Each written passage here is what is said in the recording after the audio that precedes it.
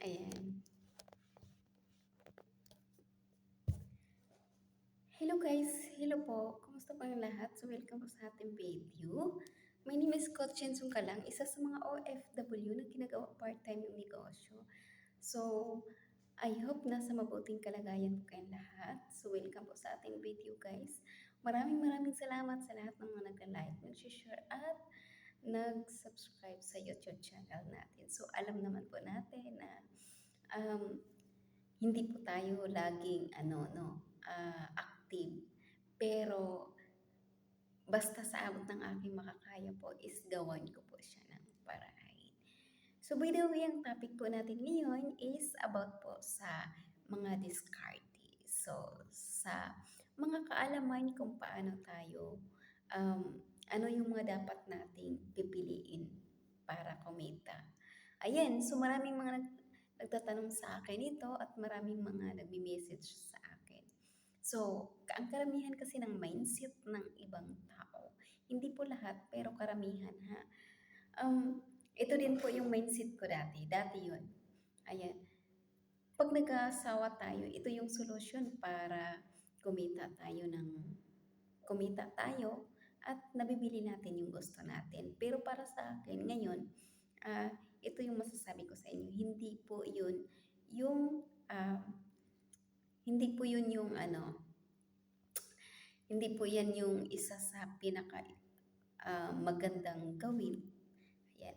Hindi po siya yung pinaka magandang gawin para um, kumita ka, mabibili mo yung gusto mo. Kasi tandaan mo guys, hindi po lahat ng pag-asawa is halimbawa yung asawahin mo, hindi po lahat yung asawahin mo is kayang ibigay sa iyo.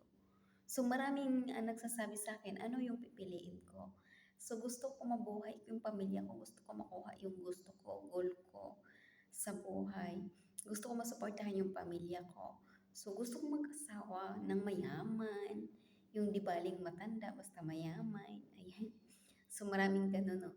So okay lang po yan. So hindi po natin sila pagsabihan ng hindi maganda. No.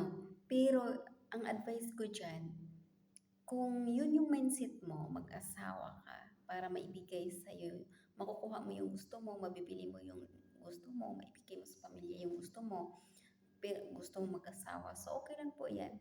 Kung sisiguraduhin mo yung asawahin mo is sureball na may kaya or kaya kanyang suportaan or ibigay niya lahat ng gusto mo. Pero kung hindi naman niya kaya, sa tingin mo parang kulang, 'di ba? Parang kulang, wag mo nang ituloy. Para sa akin, mas maganda yung ikaw mismo ang dumidiskarte. Mas maganda yung magninegosyo ka na lang or magtatrabaho. Huwag ka na lang mag-ano muna dyan. Huwag mo na isama yung mag-asawa dahil siya yung solusyon sa problema mo. Kasi pag nag-asawa ka, syempre, isipin mo, pag inaasawa mo siya, unang-una hindi mo masasabi na hindi ka niya didiktahan. Siyempre, hawak ka na niya eh. So, may time talaga na hindi talaga maiwasan na hindi kayo mag-aaway. Oh. So, hindi mo yan. Para walang sakit ng ulo. Kung gusto mo lang ha. Para kung gusto mo na walang sakit na ulo, pero mabili mo yung gusto mo, makuha mo yung gusto mo, masuportahan mo yung pamilya mo, yung ikaw yung nasusunod kung ano yung gusto mong bilhin, ano yung gusto mong ibigay sa kanila. O, mas maganda, unahin mo yung magtatrabaho ka or magninegosyo sa sarili mo. Wag kang mag-asawa or kasi pag may asawa, hindi sa umpisa lang masaya or para sa experience ko sa gabi lang masaya. Pero minsan di talaga may iwasan na nag-away kayo. Ayan.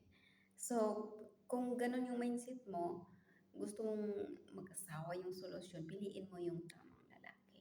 Pero kung hindi ka sigurado, mas maganda, magtrabaho ka na lang or magdinegosyo sa sarili mo. Bakit? Mas maganda yon kasi ikaw yung nagdidesisyon sa lahat ng gusto mong tulungan, ikaw yung nagdesisyon kung ano yung gusto mong bilihin, ikaw yung magdesisyon kung ano yung gusto mong ibigay sa pamilya mo, kung bibigyan mo sila ng pera, bibigyan mo sila ng pangangailangan nila, ikaw lahat masusunod. So, walang sakit sa ulo, walang, alam mo yun, parang yung ginawa ko ngayon, dati pagkamatay ng asawa ko, so, ano, ang iniisip ko mag-asawa ako ulit. Masarap naman talaga 'pag may asawa, 'pag nagkaintindihan kayo, ayan. Pero 'pag hindi kayo nagkaintindihan, hindi man talaga maiwasan na hindi mag-aaway talaga kayo. May mga bagay-bagay na ano, hindi unawaan.